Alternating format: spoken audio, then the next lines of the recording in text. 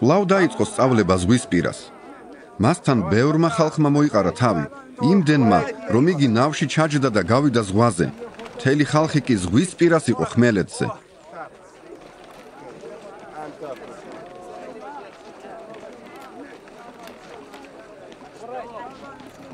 ბევრ რას მიასწავლიდა იგი იგავებით და თავის მოძღვრებაში ამბობდა.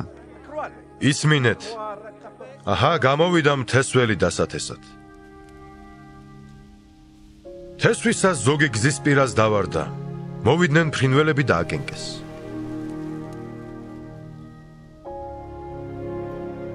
ზოგი კლდოვან ადგილას დავარდა, სადაც ბევრი მიწა არ იყო და მალე აღმოცენდა, ვინაიდან მიწას სიღრმე არ ჰქონდა.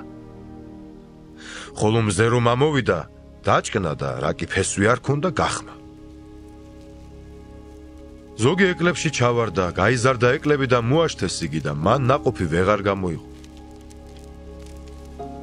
ზოგი კარგ ნიადაგზე დაეცა და გამოიღო ნაყოფი.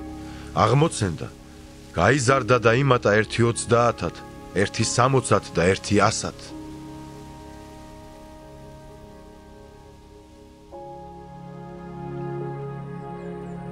თქვა, ვისაც ყური აქვს სასმენად, ისმინოს.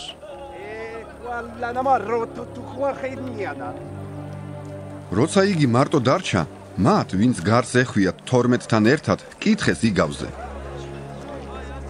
მან უთხრა, თქვენ მოცემული გაქვთ ცოდნა ღვთის სასუფეველის საიდუმლოს, ხოლო გარეშეთათვის ყველაფერი იგავებით ხდება.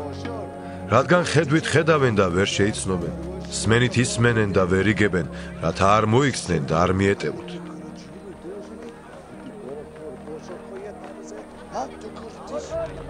უთხრა მათ, არიცით ეს იგავი, როგორღა გაიგებთ ყველა იგავს.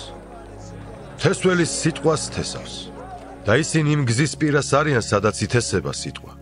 როგორც კი მოისმენენ, მაშინვე მოდის სატანა და იტაცებს მათში დათესილ სიტყვას.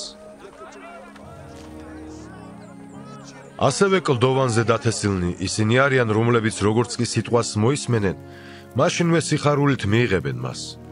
მაგრამ ფესვი არ გააჩნიათ თავის თავში და ხანმოკლენი არიან და როგორც კი დგება გასაჭირი, ან და დევნას სიტყვის გამო, მაშინვე ცდუნდებიან.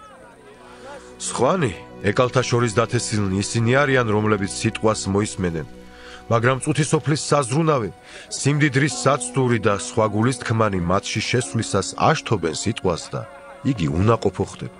კეთილ ნიადაგზე დათესილნი ისინი არიან, რომლებიც სიტყვას მოისმენენ და მიიღებენ და გამოაქვთ ნაყოფი 1.30-ად, 60-ად და 100-ად.